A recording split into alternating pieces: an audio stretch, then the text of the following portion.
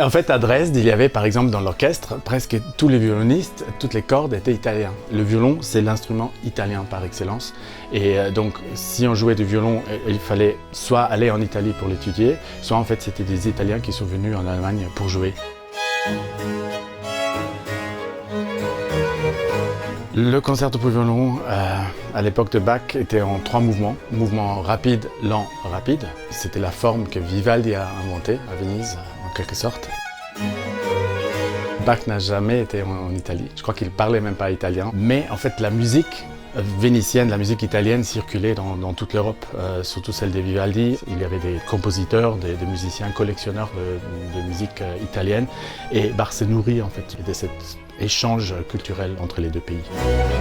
Bach, il a copié des modèles de Vivaldi, il les a arrangés pour clavier. Ensuite, il a composé ses propres concertos pour violon, pour clavecin. Quand on parle de la musique italienne, on parle toujours d'une musique qui regarde vers l'avant.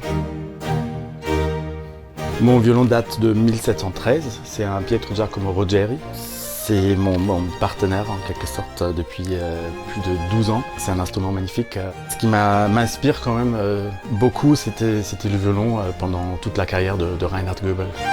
Avec l'ensemble d'Hydro, on joue ces concertos à un pas partie. Ça veut dire que chaque membre est responsable pour sa ligne du début à la fin. Donc, il n'y a pas cette masse d'orchestre derrière le soliste. C'est pour moi un concept plus tardif, donc le siècle des Lumières en fait, où il y avait l'individu et la société. Et là en fait on est encore dans le baroque. Ce qui change aussi, c'est le rapport émotionnel à l'œuvre en fait. Quand on l'interprète, chacun est vraiment en train de jouer comme soliste. À la fin en fait c'est pas un concerto mais c'est de la musique de chambre.